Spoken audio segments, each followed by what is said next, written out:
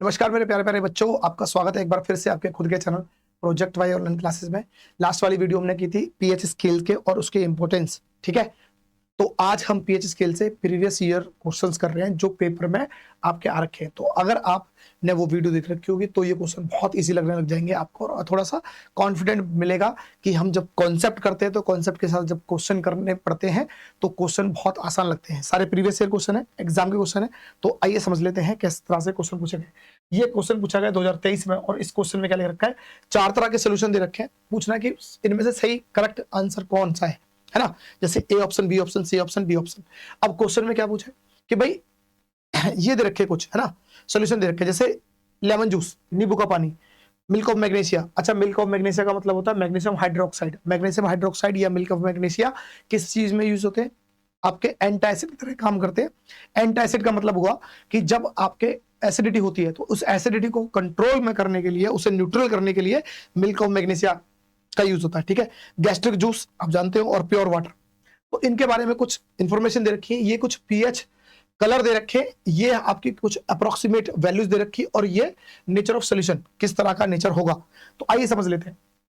सबसे पहले lemon juice की, तो आपको याद है लेमन जूस खट्टा होता है, एसिडिक होता है, ठीक है। ऑरेंज कलर हमने बात की थी लास्ट वीडियो में कि विबग्योर से समझ लेना। क्या समझ लेना? विबग्योर। अब विबग्योर क्या होता है भाई? हमने बोला था विबग्योर, ठीक है। अब ये होता है न्यूट्रल, और न्यूट्रल से इधर वाले बेसिक होंगे और इधर वाले एसिडिक होंगे, ठीक है। अब यहाँ पर क्या है, लेमन जूस है, लेमन जूस ऑरेंज कलर का होता है, तो एसिडिक नेचर का है 3। अच्छा, पहली बात तो ये होता है हमारे पास 2.2 से लेकर 2.4 तक, ठीक है। इसकी रेंज ये होती है। अब 3 के आसपास अगर मैं मानता हूं, क्योंकि लिख रखा है अप्रोक्सीमेशन है, आप ये भी बोल सकते हैं कि चलो मान लेते हैं हम 3 के आसपास, तो 2.2 से लेकर एक्चुअली में 2.4 तक होती है। 3 दे रखा है, अगर मान लेता हूं क्योंकि अप्रोक्सीमेटिव वैल्यू है, लेकिन साथ में क्योंकि आपको पता है कि पीएच वैल्यू जितनी कम होगी उतना ही एसिडिक नेचर बढ़ेगा। अगर ये 7 से नीचे है तो एसिडिक नेचर का है, तब यहां पर बेसिक क्यों लिखा है भाई? तो बेसिक तो नहीं आना चाहिए, इसका मतलब ये पूरी स्टेटमेंट गलत हो गई। तो ए स्टेटमेंट तो आंसर नहीं हो सकती। अगर मैं दूसरी बात करूं, milk of magnesia basic nature का होता है भाई, बेसिक नेचर का होता है, तो ब्लू कलर का बिल्कुल हो सकता है। 10 से 11 के बीच में आता है, बिल्कुल सही है, और बेसिक नेचर का है, बिल्कुल सही है। तो इसका मतलब मैं कह दूंगा ऑप्शन बी, क्योंकि इसमें ऐसा कोई ऑप्शन नहीं दे रखा जिसमें ऐसा लिखा हो कि ऑप्शन बी और ऑप्शन सी ठीक है, या ऑप्शन डी और ऑप्शन ऐसा कुछ नहीं दे रखा। 4 ऑप्शन है, इनमें से एक ठीक होगा, एक ठीक हो चुका है, तो 2 ऑप्शन वैसे गलत हो जाएंगे। लेकिन फिर भी अभी एग्जाम नहीं है, अभी हम कर सकते हैं ट्राई, नहीं? जैसे गैस्ट्रिक जूस है, गैस्ट्रिक जूस रेड का होता है, बिल्कुल कलर का होता है रेड का। क्यों? गैस्ट्रिक जूस क्या होता है? कंसंट्रेटेड HCl हमारे पास एसिड होता है पेट के अंदर, लेकिन कंसंट्रेटेड एसिड होने के साथ साथ उसका पीएच वैल्यू 6 नहीं होती। कितनी होती है? 1.2 से लेकर के आसपास होती है। तो ये गलत हो जाएगा, ठीक है। तो ये वाला सी गलत हो गया। अगर मैं डी की बात करूं तो डी प्योर वाटर है, और हमने समझा था प्योर वाटर जो होगा वो न्यूट्रल होता है। क्या होता है? पीएच वैल्यू कितनी होगी? 7 होगी, 7 होगी, और न्यूट्रल भी है, तो सही तो दिखाई दे रहा है। लेकिन साथ में इधर दे रखा है कलर येलो, और मैंने कहा था कि जब ग्रीन से इधर वाले कलर जितने भी होंगे वो एसिडिक नेचर के होंगे, तो ग्रीन से येलो कहाँ है? एसिडिक नेचर का है, ठीक है। और प्योर वाटर क्या होता है हमारा? बिल्कुल बीच में होता है, 7 उसका पीएच वैल्यू होती है, और कलर कौन सा होगा? ग्रीन होगा। तो ग्रीन नहीं है, येलो दे रखा, तो ये वाला गलत आंसर तो पहले निकल चुका था, ऑप्शन बी, ठीक है। अगला क्वेश्चन देखते हैं। यहाँ पर लिखा है फ्रेश मिल्क है भाई, ताजा दूध का पीएच 6 होता है, इसको जमने में देरी करने के लिए इसमें रासायनिक पदार्थ डाला जाता है। तो यही क्वेश्चन कई बार पूछा गया है, कभी पूछ लेता था। दूध का जो दूधिया होते हैं, जो दूधिया होते हैं वो दूध को, भाई दूध का काम करते हैं, और दूध का काम करते हैं तो रुक गया तो खराब होने का चांस ज्यादा रहता है, और खराब हो गया तो दूधिया का नुकसान हो जाएगा। तो अब दूधिया उस नुकसान से बचने के लिए क्या करते हैं ऐसा कि जिससे कि वो जो खराब होने से थोड़ा लंबा टाइम लग जाए, मतलब खराब तो हो सकता है लेकिन थोड़े लंबे टाइम में हो, जल्दी ना हो, तो उसमें डालना पड़ता है क्या भाई? देखो समझ लो, अगर क्योंकि दूध भी खराब होता है तो किसके कारण होता है? एसिड के कारण, है ना, लैक्टिक एसिड। लेकिन अब यहां पर क्या करना है? एसिड को खत्म करना है। एसिड का अगर हमें एसिड को न्यूट्रलाइज करना है तो बेसिक डालना पड़ेगा, बेसिक नेचर का। अब समझना, सोडियम कार्बोनेट, बेकिंग पाउडर, और सोडियम हाइड्रोक्साइड और बेकिंग सोडा, ये सारे के सारे तो बेसिक नेचर के हैं, तो कौन सा होगा? फिलहाल मैं बात करता हूं सोडियम कार्बोनेट। सोडियम कार्बोनेट होता है, ये स्ट्रॉन्ग बेस होता है। क्या होता है? स्ट्रॉन्ग, ठीक है। तो ये काम नहीं करेगा भाई, स्ट्रॉन्ग बेस करेगा तो यहाँ पर ये काम नहीं कर पाएगा, इसे खत्म कर देते हैं। बेकिंग जो पाउडर होता है, बेकिंग पाउडर में क्या होता है, बेकिंग सोडा भी होता है, ठीक है, बेकिंग सोडा और साथ में एसिड होता है, एक माइल्ड एसिड होता है, ठीक है। अगर माइल्ड एसिड होगा तो एसिड तो और डल जाएगा, जब एसिड डल जाएगा तो वो खराब होने से छोड़ो, टाइम छोड़ो, बहुत जल्दी खराब कर देगा, उसके रेट को बढ़ा देगा खराब करने की, तो ये इसलिए नहीं डाल पाते। सोडियम हाइड्रोक्साइड और कास्टिक सोडा ये खाने के लायक नहीं होता। कुल मिलाकर हम कहें तो सोडियम कार्बोनेट और सोडियम हाइड्रोक्साइड ये दोनों खाने वाले या एडेबल बेसिस नहीं है, तो इसलिए नहीं डालते। लास्ट में कौन सा बचा हमारे पास, बेकिंग सोडा। तो बेकिंग सोडा या सोडियम हाइड्रोजन कार्बोनेट या सोडियम बाइकार्बोनेट का यूज करते हैं दूधिया अपने दूध को फटने से बचाने के लिए, या हम कह सकते हैं उसके फटने की दर को बढ़ाने के लिए, है ना, मतलब कि जो उसका जो टाइम है ना, टाइम पीरियड को बढ़ा देंगे, ठीक है, इसलिए समझ में आया। तो खाने वाले यहाँ पर जो हमारे पास बेसिस थे वो सिर्फ दो थे, बेकिंग पाउडर या बेकिंग सोडा, ये दोनों नहीं खा सकते इन्हें। बेकिंग पाउडर को क्यों नहीं डाला, क्योंकि बेकिंग पाउडर, बेकिंग सोडा और कुछ माइल्ड एसिड का मिक्सर है भाई। अगर एसिड का मिक्सर है तो एसिड डालने से उसकी एसिडिटी बढ़ जाएगी और जल्दी खराब होने के चांस बन सकते हैं, ठीक है, इसलिए नहीं डालना। देखो भाई, अब सवाल क्या है, सवाल ये कहता है कि consider the pH value of the following acidic samples. कुछ एसिड के सैंपल्स लिए गए हैं, उनका पीएच वैल्यू दे रखी है, आपको बताना है इस ये the decreasing order of the their pH ions concentration is. तो उनके पीएच आयंस के कंसंट्रेशन के बारे में बताना है, कुछ ऐसे इस तरह से डाटा दे रखा है, ठीक है। तो जैसे 3 जो है ग्रेटर देन 4 ऐसे लिख रखा है, 4 ग्रेटर देन 1 और ग्रेटर देन 2, जो 3 है वो बड़ा है 4 से। 3 क्या मतलब कि ये जो है सीरीज जो है हमारे पास, ठीक है, जो सीरियल नंबर है उनकी बात हो रही है, ना कि पीएच वैल्यू की, इस तरह से दे रखा है। अब आपको एक बात समझनी पड़ेगी, क्योंकि हमने जब आपको पीएच वैल्यू कराई थी तो उसमें एक बात समझाया था कि जो पीएच वैल्यू होती है वो इनवर्सली प्रोपोर्शनल होती है, क्या, concentration of H plus ions की, ठीक है। इसका मतलब जितना H प्लस आयन बढ़ेगा उतना ही पीएच वैल्यू कम होगी। कहने का मतलब है जितना ज्यादा एसिडिक नेचर का होगा उसका मतलब उसकी उतनी ही पीएच वैल्यू कम होगी, या मैं उसका उल्टा कह सकता हूं पीएच वैल्यू जितनी कम होगी उतना वो एसिडिक नेचर का होगा। अब बताओ मुझे, ये पीएच वैल्यू है, सबसे कम पीएच वैल्यू किसकी है, इसका। अगर सबसे पीएच वैल्यू कम है तो सबसे ज्यादा एसिडिक नेचर का ये होगा, हाँ कि ना। अगर सबसे ज्यादा पीएच वैल्यू किसकी है, इसकी। अगर सबसे ज्यादा पीएच वैल्यू इसकी है तो इसका मतलब सबसे कम एसिडिक नेचर का ये होगा। तो कहने का मतलब सबसे पहले नंबर पे ये आना चाहिए और सबसे लास्ट में ये आना चाहिए। लास्ट का मतलब क्या है, पहले नंबर पे आना चाहिए 2 और सबसे लास्ट में आना चाहिए 3, ये आना चाहिए। अगर ये डिक्रीजिंग ऑर्डर में है तो, डिक्रीजिंग ऑर्डर में है तो, ठीक है, 2 सबसे पहले और आखिरी में सबसे आएगा 3। ऑप्शन देखो, 2 नहीं है सबसे पहले, 2 है सबसे पहले, 4 नहीं है लास्ट में, 2 है 3 है, ये रहा आंसर, ये खत्म, ठीक है। तो हमें सिर्फ, अगर देखो जब भी ऐसे को ऑप्शन आएंगे तो आप कोशिश करना ऑप्शन से ही आपके आंसर निकल जाएगा, क्योंकि गलत आंसर खत्म हो जाएगा तो सही आंसर बचेगा, ठीक है भाई। तो बाकी आप निकालना चाहो निकाल सकते हो, नहीं निकालना चाहो नहीं निकालो, लेकिन मैं कहूंगा जब ऐसे ऑप्शन होंगे तो आप ये तरह काम करोगे, ठीक है। यहां पर क्वेश्चन लिखा है, जब इस गोल में मतलब लिखा है a solution gives yellowish orange colour when a few drops of universal indicator are added to this solution of is of. तो बोल रहा है कि एक यूनिवर्सल इंडिकेटर पे कुछ ड्रॉप्स डाली गई किसी सॉल्यूशन की और वहां पर येलो कलर आ रहा है, किसका है वो, येलोइश ऑरेंज कलर आ रहा है, ठीक है। तो येलोइश ऑरेंज कलर आ रहा है। अब एक बात देख लेते हैं येलोइश ऑरेंज कब आता है, पहले लिखेंगे आप विब ग्योर, क्या लिखेंगे, विब ग्योर। ये होता है न्यूट्रल हमारे पास, ठीक, न्यूट्रल। इससे पहले हमारे पास होते हैं बेसिक नेचर के, और इसके बाद होते हैं हमारे पास ये वाले हमारे होते हैं एसिडिक नेचर के, ठीक है जी। पहले तो बात करेंगे कलर कौन सा आ रहा है, येलो और ऑरेंज। येलो और ऑरेंज आ रहा है तो कोई ना कोई एसिड होगा, एसिड होगा, पहले समझते हैं। सोडियम क्लोराइड सॉल्ट होता है भाई, और सॉल्ट कौन सा होता है, न्यूट्रल सॉल्ट होता है सोडियम क्लोराइड, ठीक है। तो सॉल्ट होता है, आंसर नहीं होगा। सोडियम हाइड्रोक्साइड बेसिक नेचर के होते हैं, हमें एसिडिक नेचर का देखना है, खत्म। मिल्क ऑफ मैग्नीशिया भी क्या होता है, बेसिक नेचर का होता है, ये खत्म। तो मैं अपने आप ही मेरा ए आंसर बन जाएगा lemon juice. Lemon juice acidic nature का होता है और उसका पीएच वैल्यू क्या होती है 1.2 से लेकर 1.4 तक। क्या बात समझ में आ रही है, चलो फिर देखते हैं भाई। यहां पर सवाल है 2023 का क्वेश्चन पूछा है, 2 गोल है एम और एन, उसमें यूनिवर्सल इंडिकेटर के साथ लाल और नीला रंग देता है। तो भाई एम में दे रहा है लाल, ठीक है, एम में दे रहा है लाल, रेड बोल देता हूं, ठीक है। M में रेड दे रहा है और N में दे रहा है क्या, ब्लू। ये ब्लू दे रहा है, बात समझना। अगर N में रेड दे रहा है तो N में अगर रेड कलर दे रहा है तो रेड कलर विबग्योर में क्या होता है, जी के बाद आ रहा है, तो इसका मतलब एसिडिक है। ये क्या है, एसिडिक है। और ब्लू का मतलब बेसिक है। क्या बात समझ भाई। तो यहां पर लिख रहा है किस गोल में हाइड्रोजन आयंस की सांद्रता अधिक होगी। अपना उत्तर स्पष्ट कीजिए। हाइड्रोजन आयन किस में ज्यादा होंगे, हाइड्रोजन आयन, फिर देखते हैं पीएच वैल्यू इनवर्सली प्रोपोर्शनल है कंसंट्रेशन ऑफ हाइड्रोजन आयन।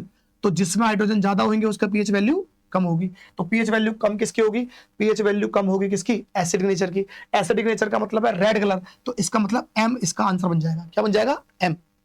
ठीक है ना, क्योंकि एसिडिक नेचर का जो देखो, एसिडिक नेचर क्या होगा, एसिडिक नेचर का ये कलर विबग्योर में जी के बाद आएगा। ठीक है, और उसकी ही पीएच वैल्यू क्या होते हैं, हाइड्रोजन आयंस जो है वो कंसंट्रेशन ज्यादा होगी। तो यहां पर ये लिखा था कि भाई किस गोल में हाइड्रोजन आयन की सांद्रता अधिक होगी। ठीक है, तो किस में होगी, एम वैल्यू में। ठीक है, एम सॉल्यूशन में। दूसरा क्वेश्चन दे रखा है, यदि एम और एन दोनों गोलों को मिलाया जाता है और प्राप्त मिश्रण का परीक्षण यूनिवर्सल इंडिकेटर से किया जाता है तो यह हरा हो जाता है। अब उत्पन्न होने वाले नमक की प्रवृत्ति क्या है, अपने उत्तर का सही ठहराए। अब ध्यान देना, हमारे पास है, एक है एसिड और एक है बेस। अगर इन दोनों को मिला दिया जाए तो मिलाने बाद क्या होगा, न्यूट्रलाइजेशन रिएक्शन होगी। न्यूट्रलाइजेशन रिएक्शन होगी भाई, न्यूट्रलाइजेशन रिएक्शन होगी। अब न्यूट्रलाइजेशन रिएक्शन होगी तो इसका क्या बनता है भाई, एसिड और बेस मिलाएंगे तो सॉल्ट बनेगा और साथ में वाटर बनता है। ठीक है, यही बात है भाई। तो सॉल्ट बनेगा, सॉल्ट कौन सा हो जाएगा, न्यूट्रल सॉल्ट हो जाएगा। तो आंसर, और देखो हरा भी इधर लिख रखा है, क्या लिख रखा है, हरा तो लिख ही रखा है। हरा कहाँ होता है, साथ पे होता है। तो साथ पे क्या बनेगा, न्यूट्रलाइजेशन रिएक्शन, हरा कलर होगा और पीएच वैल्यू क्या होगी, 7 हो जाएगी। ठीक है, कोई दिक्कत। ये क्वेश्चन आया 2021 में, और क्या लिख रखा है भाई, हाइड्रोक्लोरिक एसिड और एसिटिक एसिड में से कौन सा मजबूत अम्ल है माना जाता है, मतलब कौन सा स्ट्रॉन्ग एसिड है, किसमें, HCl में और साथ में HCl, और हम बात करें CH3COOH एसिटिक एसिड में। ठीक है जी, दोनों यही है। चलो, इन दोनों में कौन सा अम्ल जाता है और क्यों। और मजबूत अम्ल का नाम सल्फ्यूरिक, क्या लिख रखा है, मॉलिक्यूलर फॉर्मूला लिखें। किसी और कोई अगर और भी ऐसा लगे आपको जो मजबूत है, जो स्ट्रॉन्ग एसिड है, उसका फॉर्मूला लिखे, मॉलिक्यूलर फॉर्मूला। तो हम बात करें भाई स्ट्रॉन्ग एसिड कौन कौन से हो सकते हैं, देखो एक तो HCl है जो दे रखा है, एक H2SO4 है, एक नाइट्रिक एसिड है, कुछ भी लिख दो आप लिखना चाहो तो हम लिख सकते हैं एग्जाम्पल के तौर पे H2SO4, हम लिख सकते हैं HNO3। ठीक है, दोनों ही स्ट्रॉन्ग एसिड है। ठीक है, दोनों ही स्ट्रॉन्ग एसिड है। ठीक है, अच्छा, अभी बात आ रही थी कि भाई इनमें से कौन सा स्ट्रॉन्ग होगा, तो एसिड होगा, कौन सा, HCl स्ट्रॉन्ग होगा। HCl स्ट्रॉन्ग होगा, क्यों होगा, क्योंकि ये भाई क्या करता है, अगर हम HCl को डालें तो इट डिसोसिएट्स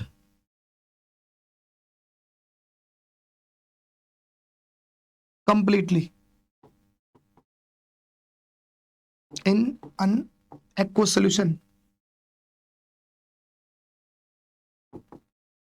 ठीक है, टू गिव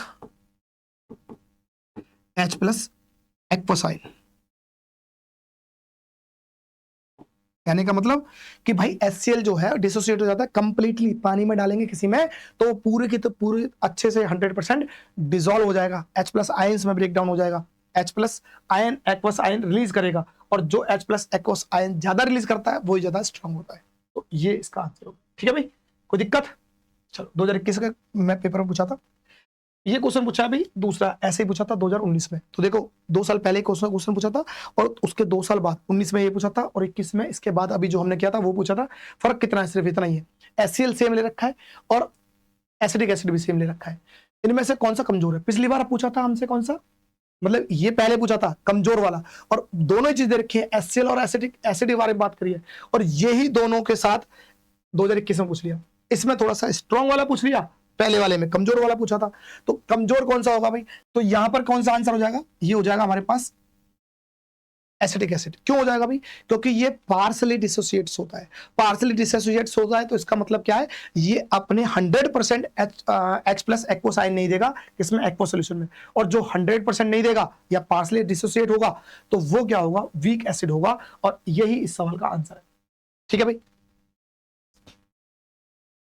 आगे देखते हैं भाई, ये हमारे पास है किसी घोल के पीएच वैल्यू क्या, अर्थ क्या है। तो पीएच वैल्यू का अर्थ क्या होता है भाई, पीएच वैल्यू का अर्थ क्या होगा, तो पीएच वैल्यू को एक तो हम समझ लेते हैं, पीएच जो वैल्यू होती है वो इनवर्सली प्रोपोर्शनल होती है किसके, कंसंट्रेशन ऑफ H प्लस एक्वासाइन, ठीक है, इसके बारे में बात करते हैं। तो जिसमें ज्यादा H प्लस एक्वासाइन होंगे उसकी पीएच वैल्यू उतनी कम होगी, पहली बात। दूसरा, ए और बी एकत्रित बारिश में पानी में पीएच क्रमश ई है, इसका मतलब ए का जो पीएच वैल्यू है कितनी है, 6.1 है, और बी की जो पीएच वैल्यू है, कोई शहर है, इनकी वैल्यू क्या दे रखी है भाई, 5.3, ठीक है। ये दो शहर है, ए और बी शहर है, ए में जो पीएच वैल्यू कितनी है 6.1 और बी की जो पीएच वैल्यू क्या है 5.3। अगर इनकी ये पीएच वैल्यू है तो अब बोल रहा है कि भाई ये पाया गया है किस शहर के पानी अधिक अम्लीय होगा। पहले पूछा किस शहर का पानी ज्यादा अम्लीय होगा या एसिडिक होगा, तो एसिडिक कैसे पता चलेगा भाई, एसिडिक होती है वो चीज जिसमें H प्लस एक्वासाइन ज्यादा रिलीज होते हैं, और ज्यादा रिलीज होंगे तो उतना पीएच वैल्यू कम होगी, तो जिसकी पीएच वैल्यू कम होगी उसमें एसिडिक, वो एसिडिक नेचर का ज्यादा होगा, तो आंसर क्या हो जाएगा बी। क्योंकि इसमें से दोनों में से ए शहर और बी शहर में से पीएच वैल्यू किसकी कम है, शहर की, बी की है, तो बी की 5.3 है, तो इसका मतलब ये एसिडिक, ज्यादा एसिडिक होगा, ठीक है। तो यहां तो आ गया ये वाला। अपने उत्तर को स्पष्ट करें, कारण के साथ बताइए कि शहर बी के बारिश के पानी में बहने वाले तालाब के जलीय जीवन पर क्या प्रभाव पड़ेगा। अरे भाई एसिडिक अगर नेचर का है शहर बी में, अगर एसिडिक दो बरसात हुई और ज्यादा एसिडिक शहर बी की है, तो ज्यादा एसिडिक जब बरसात आएगी तालाब में आएगी या जमीन पर पड़ेगी, तो तालाब में जलीय जीवन जो होगा वो बहुत कष्ट में हो जाएगा।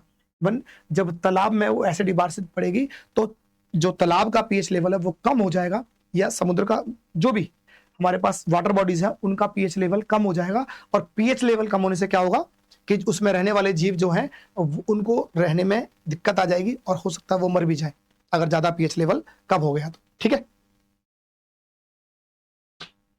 आंसर हम यहाँ देख सकते हैं, ये देखो आंसर, ठीक है।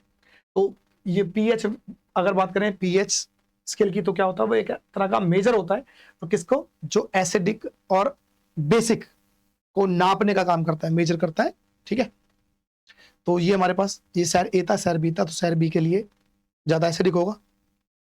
हम बात करें कि भाई यहां पर क्या लिखा है, ये 2024 में क्वेश्चन, टमाटर के रस का पीएच वैल्यू जो है 4.6 है, ठीक है, इसका स्वाद कैसा होगा। अपने उत्तर की सही ठहराने के लिए कारण बताएं। अब भाई 4.6 है ना, 7 से नीचे जितने भी पीएच वैल्यू के जो भी सब्सटेंस होते हैं वो क्या होते हैं, एसिडिक होते हैं, और एसिडिक जनरली क्या होते हैं, खट्टे होते हैं, तो स्वाद में कैसा हो जाएगा, खट्टा हो जाएगा, ठीक है। दूसरा, हम जलीय विलयों में आयन निर्माण के आधार पर एक मजबूत अम्ल और एक कमजोर क्षार कैसे भेद कर सकते हैं। तो भाई अगर हमें स्ट्रॉन्ग एसिड और, ठीक है, स्ट्रॉन्ग एसिड और वीक बेस के बारे में पता करना है, तो स्ट्रॉन्ग एसिड कौन सा होगा, स्ट्रॉन्ग एसिड वही होगा भाई जिसमें H प्लस एक्वस ज्यादा रिलीज करे किसी भी पानी में या एक्वस सोल्यूशन में, ठीक है। और वीक बेस कौन सा होगा, वीक बेस का मतलब है जब हम बेसिस को, किसी सब्सटेंस को अगर पानी में डाल दें तो वो OH नेगेटिव रिलीज करता है, लेकिन अगर वो पार्सली OH नेगेटिव रिलीज करता है, आयंस रिलीज करता है, तो वो क्या हो जाएगा, वीक बेस हो जाएगा, ठीक है। अगर 100% कर देगा तो स्ट्रॉन्ग बेस हो जाएगा, और पार्सली करता है तो वीक बेस हो जाएगा। यह लिखा है, अम्लीय वर्षा जलीय जानवरों के जीवन को कठिन बना सकती है, ये कौन, ठीक है। तो भाई एक्वेटिक जो एनिमल्स होते हैं जो पानी में रहते हैं उनके जीवन को कैसे भाई एसिड रेन नुकसान पहुंचा सकती है। तो एसिड रेन के बारे में तो हम काफी चर्चा कर चुके हैं। तो जब एसिड रेन होगी तो एसिड रेन में क्या होगा, बरसात के बूंदों के साथ साथ आपके साथ नाइट्रिक एसिड, सल्फ्यूरिक एसिड, ये एसिड आएंगे, और जब एसिड आएंगे तो कहीं ना कहीं तालाबों में, है ना, जो तालाब होंगे उनमें जाएगा पानी, और उनमें जाने से क्या होगा, तालाब का एसिडिक नेचर बढ़ जाएगा, इसका मतलब पीएच वैल्यू गिर जाएगी। और हर जीव को जीने के लिए, सर्वाइव करने के लिए एक फिक्स्ड पीएच वैल्यू की जरूरत होती है। अगर उसमें छेड़छाड़ करोगे तो उनके जीवन को बड़ा कष्ट होगा, और इवन बहुत बार मछलियां मरते हुई देखी होंगी, वो इसलिए मर जाती हैं क्योंकि जब एसिड जब जाएगा उनके पानी में तो उनका पीएच लेवल कम हो जाता है, जिसमें उनके लिए जीने के लिए पर्याप्त पीएच वैल्यू नहीं बचती, और वो अपनी जान दे देती है बेचारी। तो ये रीजन है भाई, इनके आंसर्स हैं, ये आंसर्स आप देख सकते हैं, ठीक है। तो कुल मिलाकर कुछ पीएच वैल्यू से लेकर, कुछ यूनिवर्सल इंडिकेटर से लेकर कुछ क्वेश्चंस थे जो आपके प्रीवियस ईयर में पूछ रखे हैं। अगर आपने वीडियो देखी होगी तो बहुत समझ में आ चुका होगा कि कोई इतने बड़े क्वेश्चन नहीं है, आपको कितना बड़ा भी क्वेश्चन पूछ ले आपको उसके आंसर पता होंगे। तो कॉन्सेप्ट अगर समझ में आता है तो आंसर रटने की जरूरत नहीं पड़ेगी, आपको दिमाग में रहेंगे। ठीक है, तो मिलते हैं नेक्स्ट वीडियो में नए टॉपिक के साथ। तब तक मस्त रहो, पढ़ते रहो, खेलते रहो।